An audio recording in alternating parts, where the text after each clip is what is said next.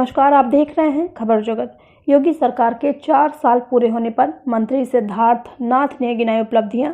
विपक्ष ने जमकर बोला हमला।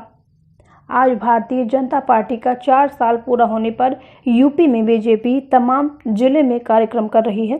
इस बीच प्रयागराज में भी उत्तर प्रदेश के कैबिनेट मंत्री और बीजेपी के नेता सिद्धार्थ नाथ सिंह ने बीजेपी के 4 वर्ष पूर्ण होने पर एक कार्यक्रम कर बताया कि यूपी में व्यापार व व्यापार से रोजगार हमारी पहली प्राथमिकता है। ऐसे में उत्तर प्रदेश में बीजेपी व्यापार, रोजगार और विकास पर ध्यान दे रही है। वहीं साथ ही योगी सरकार के 4 साल पूरे होने पर प्रियंका गांधी वाड्रा द्वारा तंज करते हुए किया गया ट्वीट पर प्रतिक्रिया देते हुए राज्य सरकार के प्रवक्ता और कैबिनेट मंत्री सिद्धार्थ नाथ सिंह ने प्रियंका गांधी वाड्रा को ट्विटर की रानी बताया है। सिद्धार्थ नाथ सिंह ने कहा है कि ट्विटर की रानी अगर जमीन पर उतरेगी तो वास्तविकता उन्हें नजर आएगी। प्रियंका गांधी वाड्रा का नाव पर बैठकर यात्रा करने का शौक है। उन्हें घाट का नज़ारा जरूर अच्छा दिखा होगा, वो ही वास्तविकता है। गौरतलब है कि प्रियंका गांधी वाड्रा ने आज योगी सरकार के 4 साल के कार्यकाल पर ट्वीट करते हुए लिखा था कि उत्तर प्रदेश सरकार को अपने प्रचार में डिस्क्लेमर डलवाना चाहिए। इस प्रचार के सभी पात्र एवं घटनाएं काल्पनिक हैं, इनका वास्तविक जीवन से कोई संबंध नहीं है। आगे उन्होंने लिखा है कि इसे ट्विटर पर बनाएं, लेखपाल को नहीं भागना पड़ेगा नेपाल। देखिए, उत्तर प्रदेश में ईज़ ऑफ डूइंग बिजनेस के तहत हम लोग 12वें स्थान पे थे, आज हम लोग नंबर 2 पे आ गए हैं।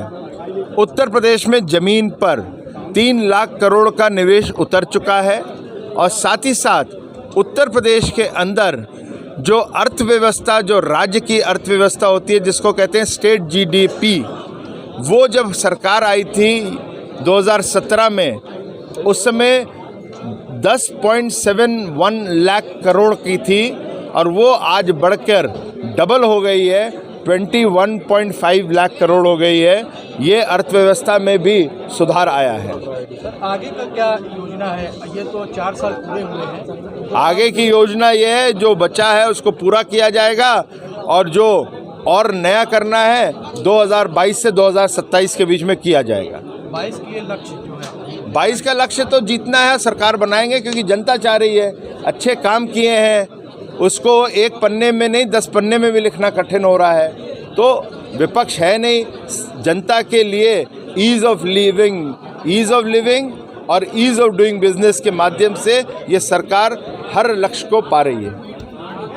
वहीं विपक्ष ने योगी सरकार के 4 साल पूरे होने पर हमला बोला है।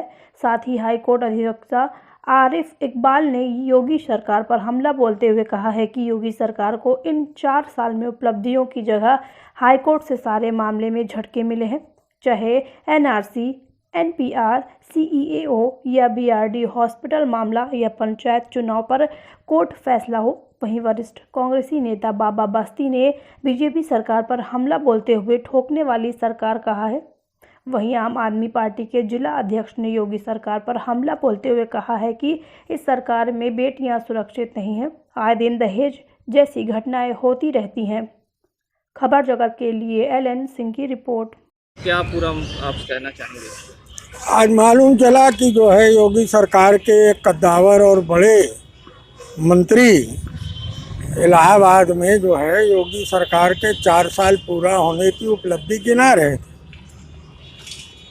पहले वो स्वास्थ्य विभाग में थे, इतना बड़ा काम कर दिया उन्होंने स्वास्थ्य विभाग में कि उनको हटा के लघु उद्योग का जो है बना दिया गया। ठोक दो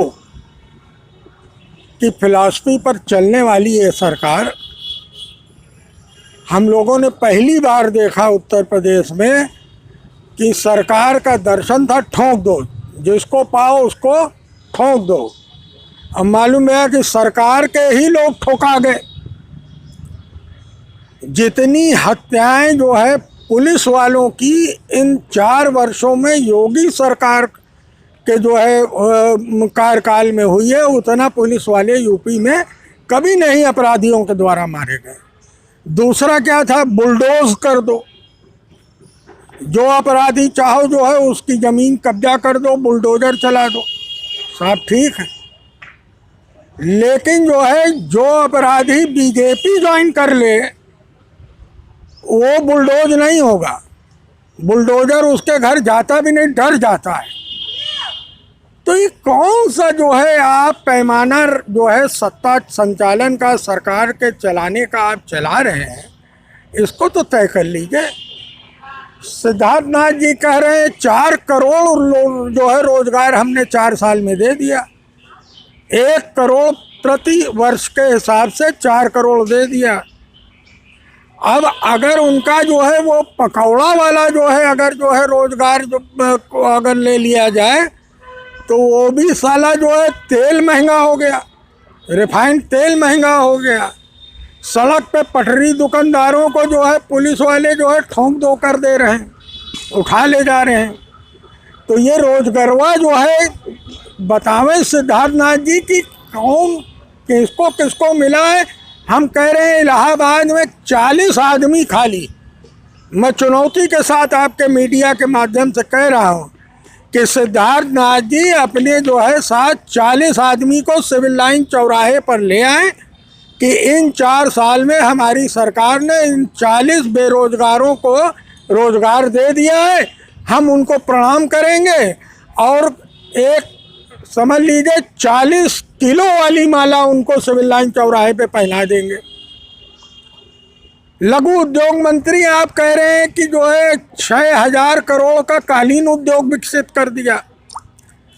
हम लोगों के मित्र हैं आपके जो है कालीन उद्योग आपका जो है एक तरीके से ले लीजिए जो है तो ये बनारस के पास जो है ये क्या बोलते हैं भदोही जनपद, यहाँ पर टोटली जो है कालीन उद्योग बनारस और भदोही का कालीन उद्योग जो है बर्बाद हो चुका है। 4 साल के अंदर सिद्धार्थनाथ जी खाली इतना हमें बता दें कि जहाँ से वो विधायक हैं और लघु उद्योग के नाम पर जो है उन्होंने शहर पश्चिमी क्षेत्र के जो पीपर गांव और आपका जो है करेंदा और ये सब जो उनके कंस्टिट्यूंसी से लगे हुए गांव है वहाँ पे कई उद्योग उन्होंने लगाया है। एक जो है डोमेस्टिक उद्योग के नाम पर बीड़ी मजदूर जो है जो शहर पश्चिमी में काफ़ी जो है कम 10,000 बीड़ी मजदूर शहर पश्चिमी एरिया के अंदर जिसमें गरीब महिलाएं बच्चे हैं, इन्हीं के लिए कौन सा आपने काम किया है। तो ये सरकार ठीक है आप चला रहे हैं और 2022 में ये जनता का द्वारा जो है एक ठोंक दो जो है अभियान चलेगा, उसमें सरकार जो है आर पार हो जाएगी, ऐसा हमारा मानना है। प्रियंका गांधी ने एक ट्वीट करा है जिसमें उन्होंने कहा है कि सारी सरकार की सारी बातें काल्पनिक हैं और उस पर इन्होंने कहा सिद्धार्थनाथ ने कि वो तो ट्विटर की रानी है, वो ज़मीन पर उतरे और तब धरातल की बात उनको समझ में आएगी। इस पर क्या कहें? अब सिद्धार्थनाथ जी जो है अब क्या करें बेचारे, नाती हैं वो एक भूतपूर्व प्रधानमंत्री के जो कांग्रेस के ही थे लाल बहादुर शास्त्री जी। अब उनके मन में प्रियंका गांधी के लिए अगर इतना निचले स्तर का विचार है, जिस नेहरू ने जो है लाल बहादुर शास्त्री जी को जो है पहचान कर आज देश का प्रधानमंत्री जो है में उनको मंत्री रखा, फिर उसके बाद समय के साथ कांग्रेस ने जिसको प्रधानमंत्री बनाया, जिसके नाम पर वो पहचाने जाते हैं लाल बहादुर जी के नाम पर, अपना तो कोई उनके पास जो है अस्तित्व है नहीं। 4 साल में जो है वो शहर पश्चिमी की ज़मीन पर क्यों नहीं उतर रहे हैं? अगर प्रियंका जी को ज़मीन पर वो उतरते देखने का शौक़ रखते हैं तो वो शहर पश्चिमी में जो है कोतवाली से लेके और प्रीतम नगर तक एक सड़क पर जो है एक मार्च निकाल लें और देखें जनता उनका कैसा जो है स्वागत करती है। तो प्रियंका जी पे टिप्पणी करने के पहले आपको खुद एक देख लेना चाहिए कि प्रियंका जी की जो परंपरा है, नेहरू की परंपरा है, तो उसी नेहरू की परंपरा में आपकी पहचान छुपी हुई है।